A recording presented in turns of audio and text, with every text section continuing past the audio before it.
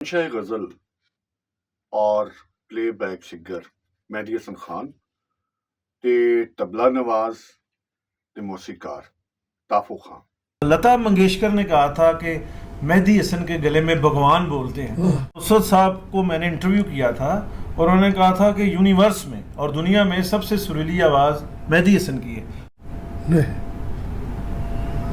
मेहदी हसन साहब सिर्फ B flat minor scale है, उसको पांचवा काला कहते हैं, वाह वाह बी फ्लैट जी। तो वहाँ से जब ऊपर जाता था तो फिर ये रगें जो थी ना खींची जाती थी। ये तो ये होना ही नहीं चाहिए। ठीक। तो यहाँ बस बोलता था उसका बेस नीचे बेस बोलता था। तो जो कहते थे कि भगवान था गले में, वो भगवान का कोई चपड़ासी होगा, वो आ गया होगा। जी सज्जन प्यारिओ, की हाल है? ठीक ठाक हो?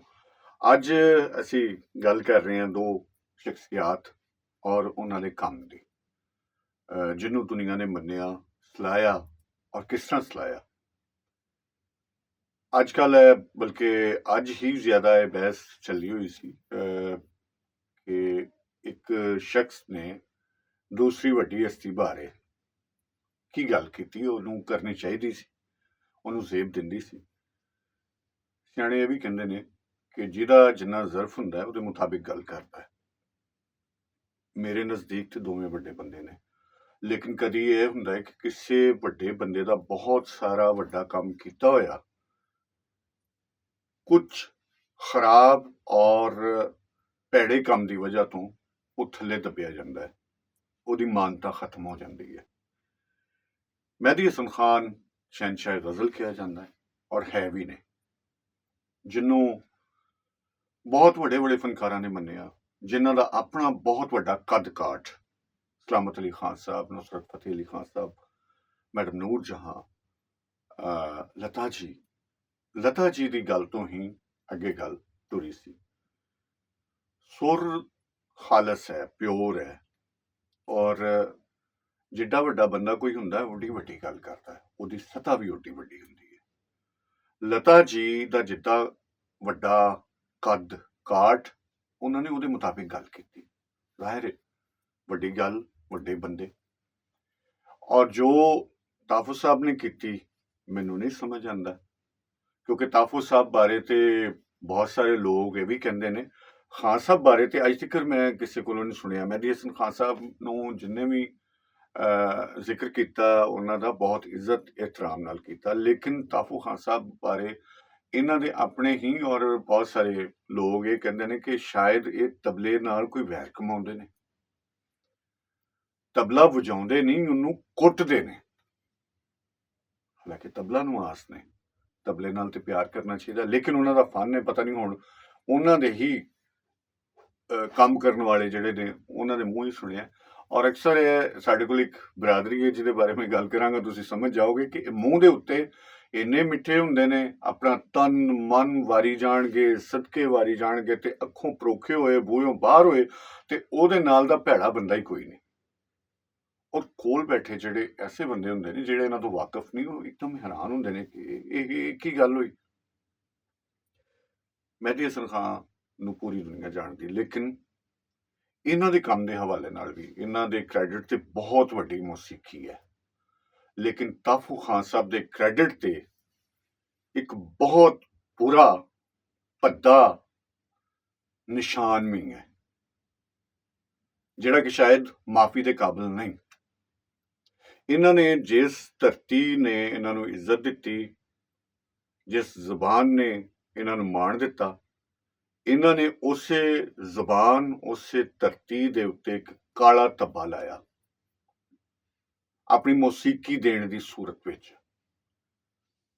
बहुत सारे वल्गर गाने गवाए, और पंजाबी फिल्म इंडस्ट्री की तबाही विच ताफू खान साहब का भी उन्ना ही हिस्सा है जिन्ना कि 9 दौलतियां दा, जिहड़े फिल्म इंडस्ट्री च आए और उन्होंने फिल्म का फन का कोई पता नहीं सी, अपने खास मकसद वास्ते आए सन, और ताफू खान साहब उन्होंने भाईवाल बने। मैनू दसो कि फिल्म इंडस्ट्री क्यों डुबी? तुहानूं पता है कि वो फिल्म तुसीं अपनी फैमिली च बह के अपने घरदियां दे नाल नहीं वेख सकते, उहदे गाणियां दी वजह तो।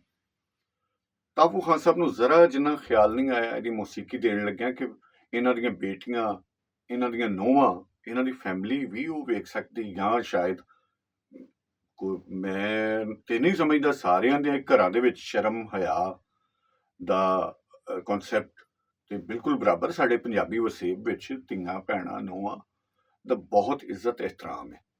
ਤੇ ਇਹ ਤੁਸੀਂ ਕਿਹੜੇ ਘਰ 'ਚ ਬਹਿ ਕੇ ਤੁਸੀਂ ਸੁਣ ਸਕਦੇ ਹੋ ਜਦੋਂ ਸੌਵਾਂ ਮਾਹੀ ਦੇ ਨੇੜੇ ਹੋਵਾਂ ਤੇ ਮੰਜੀ ਵਿੱਚ ਡਾਂਗ ਫੇਰਦਾ, ਇਹ ਮੰਜੀ 'ਚ ਡਾਂਗ ਫੇਰਦਾ, ਕੁੜਤੀ ਵੀ ਗਿੱਲੀ ਗਿੱਲੀ, ਲਾਚਾ ਵੀ ਗਿੱਲਾ ਗਿੱਲਾ ਤੇ ਪਤਾ ਨਹੀਂ ਕੀ ਕੀ, ਮੇਰੀ ਹਿੱਕ ਤੋਂ ਕਮੀਜ਼ ਉਠਾ ਕੇ, ਯਾਰ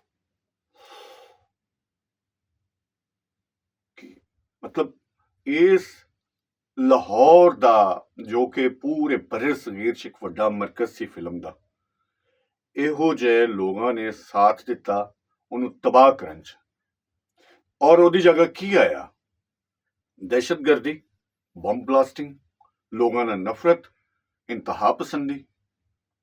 ਤੁਸੀਂ ਵੇਖਦੇ ਹੋ ਜਦੋਂ ਤੱਕ ਸਾਡੀ ਫਿਲਮ ਇੰਡਸਟਰੀ ਚੱਲ ਰਹੀ ਸੀ, ਇੱਥੇ ਲੋਕਾਂ ਦੇ ਵਿੱਚ ਮੇਲ ਮਿਲਾਪ, ਪਿਆਰ ਮੁਹੱਬਤ ਬਹੁਤ ਜ਼ਿਆਦਾ ਸੀ। ਲੋਕ ਸਿਨੇਮੇ 'ਚ ਫਿਲਮ ਵੇਖਣ ਜਾਂਦੇ ਸਨ, ਸਿਨੇਮੇ ਘਰ ਭਰੇ ਹੁੰਦੇ ਸਨ। ਜਦੋਂ ਦੀ ਜਨਾਬ ਹੋਰਾਂ ਦੇ ਮੌਸੀਕੀ ਵਿੱਚ ਬਣਾਏ ਹੋਏ ਗਾਣੇ ਆਉਣ ਲੱਗੇ, ਮੈਂ ਸ਼ਾਇਰਾਂ ਨੂੰ, ਉਹ ਸ਼ਾਇਰ ਵੀ ਉਨੇ ਹੀ ਭਾਈਵਾਲ ਨੇ ਜਿਨ੍ਹਾਂ ਨੇ ਇਹੋ ਜਿਹੇ ਗਾਣੇ ਬਣਾਏ, ਔਰ ਤੁਸੀਂ ਜਾਣਦੇ ਹੋ ਕਿਹੜੇ ਕਿਹੜੇ ਨੇ, ਕਿਉਂਕਿ ਗੱਲ ਅੱਜ ਤਾਪੂ ਖਾਨ ਸਾਹਿਬ ਦੀ ਹੋ ਰਹੀ ਹੈ। ਤਾਪੂ ਖਾਨ ਸਾਹਿਬ ਨੇ ਇੰਡਸਟਰੀ ਦੇ ਬੇੜਾ ਗਰਕ ਕਰਨ ਦੇ ਵਿੱਚ ਬਿਲਕੁਲ ਸਾਂਝੀਵਾਲ ਨੇ, ਜਿਨ੍ਹਾਂ ਨੇ ਇੰਨੇ ਵਲਗਰ ਗਾਣੇ, ਉਹਨਾਂ ਦੀ ਮੌਸੀਕੀ ਦਿੱਤੀ। ਇਹਨਾਂ ਦੇ ਕ੍ਰੈਡਿਟ ਤੇ ਬਹੁਤ ਸੋਹਣੇ ਗਾਣੇ ਨੇ, ਬਹੁਤ ਵੱਡੇ ਗਾਣੇ ਨੇ, ਕੋਈ ਸ਼ੱਕ ਨਹੀਂ। ਲੇਕਿਨ ਇਹਨਾਂ ਗਾਣਿਆਂ ਨੇ ਤੁਸੀਂ ਵੇਖ ਲਵੋ 2000 ਤੋਂ ਲੈ ਕੇ ਉਸ ਤੋਂ ਬਾਅਦ ਜਿਹੜੀ ਇੰਡਸਟਰੀ ਦੇ ਨਾਲ ਜੋ ਕੁਝ ਹੋਇਆ, ਜਿਹੜੀਆਂ ਫਿਲਮਾਂ ਬਣੀਆਂ ਨੇ, ਰਿਕਾਰਡ ਤੇ ਮੌਜੂਦ ਨੇ, ਕਿਹਨੂੰ ਨਹੀਂ ਪਤਾ। ਔਰ ਨਸੀਬੋ ਨੂੰ ਪੁੱਛਿਆ ਕਿ ਤੂੰ ਇਹੋ ਜਿਹੇ ਗਾਣੇ, ਔਰ ਰੋ ਕੇ ਉਹਨੇ ਕਿਹਾ ਕਿ ਮੇਰੇ ਕੋਲ ਜ਼ਬਰਦਸਤੀ ਗਵਾਏ ਨੇ ਇਹਨਾਂ ਨੇ ਇਹ ਗਾਣੇ। ਹੁਣ ਦੱਸੋ, ਤੁਸੀਂ ਇੱਕ ਐਸੀ ਹਸਤੀ ਬਾਰੇ ਗੱਲ ਕਰ ਰਹੇ ਹੋ, ਤੁਹਾਨੂੰ ਸੋਚਣਾ ਚਾਹੀਦਾ ਹੈ ਕਿ ਤੁਸੀਂ ਕੀ ਕੀਤਾ ਹੈ। ਮੈਂ ਬਾਰ-ਬਾਰ ਇਹੀ ਕਹਾਂਗਾ ਕਿ ਹਰ ਬੰਦਾ ਆਪਣੇ ਕੱਦ ਕਾਠ ਦੇ ਮੁਤਾਬਿਕ ਗੱਲ ਕਰਦਾ ਹੈ। ਜਿੱਡੀ ਵੱਡੀ ਸੋਚ ਹੁੰਦੀ ਹੈ, ਜਿੱਡਾ ਵੱਡਾ ਕੱਦ ਹੁੰਦਾ ਹੈ, ਓਡੀ ਹੀ ਗੱਲ ਹੁੰਦੀ ਹੈ। ਤੁਸੀਂ ਪੰਜਾਬੀ ਕਲਚਰ ਨੂੰ ਖਰਾਬ ਕੀਤਾ, ਦੁਨੀਆ ਦੇ ਵਿੱਚ ਭੱਦਾ ਕਰਕੇ, ਭੈੜਾ ਕਰਕੇ ਪੇਸ਼ ਕੀਤਾ, ਚੰਦ ਪੈਸਿਆਂ ਦਾ ਕਰਕੇ। ਔਰ ਹੁਣ ਵੀ ਕੀ ਹੋ ਰਿਹਾ? ਤੁਹਾਡੇ ਬਹੁਤ ਸਾਰੇ ਹਲਕਾ ਅਹਿਬਾਬ ਹੈ, ਕਿਹੜੀ ਕ੍ਰੀਏਟੀਵਿਟੀ ਕੀਤੀ ਤੁਸੀਂ? ਉਸ ਤੋਂ ਬਾਅਦ ਜਿੰਨਾ ਤੁਹਾਡੇ ਕ੍ਰੈਡਿਟ ਤੇ ਇੰਨਾ ਵੱਡਾ ਕੰਮ ਸੀ, ਉਹ ਤੇ ਅਸੀਂ ਫਖਰ ਕਰ ਸਕਦੇ ਸਨ ਜੇ ਤੁਸੀਂ ਇਹ ਨਾ ਕੀਤਾ ਹੁੰਦਾ। ਧਰਤੀ ਦਾ ਖਾਈਏ, ਧਰਤੀ ਦਾ ਗਾਈਏ, ਜੋ ਸਾਡੀ ਸ਼ਨਾਖਤ ਹੈ ਪੰਜਾਬੀ, ਜਿੱਤੇ ਸਾਨੂੰ ਮਾਣ ਹੈ ਪੂਰੀ ਦੁਨੀਆ 'ਚ। ਅੱਜ ਵੇਖੋ ਫਿਲਮ ਬਣ ਰਹੀ ਹੈ ਪੰਜਾਬੀ, ਕਿੰਨਾ ਬਿਜ਼ਨਸ ਕਰਦੀ ਹੈ। ਅਸੀਂ ਇੱਥੇ ਬਹਿ ਕੇ ਆਪਣੇ ਘਰ ਦੇ ਵਿੱਚ ਵੇਖਨੇ, ਸਾਨੂੰ ਰਿਮੋਟ ਨਹੀਂ ਫੜਨਾ ਪੈਂਦਾ। ਉਹ ਤੁਹਾਡੇ ਗਾਣੇ ਬਣਾਏ ਹੋਏ ਰਿਮੋਟ ਕੀ ਫੜਨਾ, ਅਸੀਂ ਤੇ ਕਿਤੇ ਦੂਰ ਅਗਰ ਲੱਗੇ ਹੋਣ ਤੇ ਭੱਜੇ ਜਾਈਦਾ ਸੀ ਉਹਨਾਂ ਨੂੰ, ਕੋਈ ਗਾਣਾ ਬੰਦ ਕਰੋ। ਕੋਈ ਤੁਸੀਂ ਗਲੀ ਮਹੱਲੇ ਦੇ ਵਿੱਚ ਇਹ ਗਾਣਾ ਨਹੀਂ ਲਾ ਸਕਦੇ ਜਿਹੜੇ ਤਾਪੂ ਖਾਨ ਸਾਹਿਬ ਤੁਹਾਡੇ ਬਣਾਏ ਹੋਏ ਗਾਣੇ ਨੇ। ਤੇ ਵੇਖੋ ਮਹਿਦੀ ਹਸਨ ਖਾਨ ਸਾਹਿਬ, ਤੁਹਾਡੇ ਇਸ ਫਿਕਰੇ ਨਾਲ, ਕਹਿਣ ਨਾਲ ਉਹਨਾਂ ਦੀ ਜ਼ਾਤ ਤੇ ਕੋਈ ਫਰਕ ਨਹੀਂ ਪਿਆ। ਉਹ ਜਿੱਡੇ ਵੱਡੇ ਹੈ ਸਨ, ਉਹ ਉਸ ਤੋਂ ਵੀ ਵੱਡੇ ਨੇ। ਦਿਨ ਬ ਦਿਨ ਉਹਨਾਂ ਦੀ ਮੌਸੀਕੀ, ਮੇਰੇ ਖਿਆਲ ਕਿ ਤੁਸੀਂ ਫਿਰ ਉਹਨਾਂ ਦੀ ਮੌਸੀਕੀ ਸੁਣੀ ਨਹੀਂ, ਜਿਹੜਾ ਤੁਸੀਂ ਕਹਿ ਕੇ ਉੱਤੇ ਨਹੀਂ ਗਾ ਸਕਦੇ ਹੋ। ਤੁਸੀਂ ਉਹਨਾਂ ਨੂੰ ਜਾਣਦੇ ਨਹੀਂ ਫਿਰ ਪੂਰੀ ਤਰ੍ਹਾਂ, ਤੇ ਗੱਲ ਕਿਉਂ ਕਰਦੇ ਉਹਨਾਂ ਬਾਰੇ? ਆਪਣੇ ਆਪ ਤੇ ਗੌਰ ਕਰੋ ਖਾਨ ਸਾਹਿਬ, ਤੁਹਾਡੀ ਮਿਹਰਬਾਨੀ। ਇੰਝ ਨਹੀਂ, ਜੋ ਗੱਲ ਕੀਤੀ ਹੈ ਉਹਦੇ ਨਾਲ ਤੁਹਾਡੇ ਬਾਰੇ ਜੋ ਲੋਕਾਂ ਦੇ ਜ਼ਿਹਨ 'ਚ ਆਇਆ, ਉਹ ਗਾਣੇ ਸੁਣ ਕੇ ਤੇ ਹੈ ਹੀ ਸੀ, ਲੇਕਿਨ ਮਜ਼ੀਦ ਜੋ ਉਹਨਾਂ ਦੇ ਜ਼ਿਹਨ ਦੇ ਵਿੱਚ ਤੁਹਾਡੇ ਬਾਰੇ ਕੋਈ ਇੱਕ ਨਕਸ਼ਾ ਜਿਹਾ ਬਣਿਆ ਹੈ, ਉਹ ਕੁਝ ਚੰਗਾ ਨਹੀਂ ਹੈ। ਖੁਸ਼ ਰਹੋ, ਆਬਾਦ ਰਹੋ, ਗੱਲ ਸੋਚ ਸਮਝ ਕੇ ਕਰੀਏ।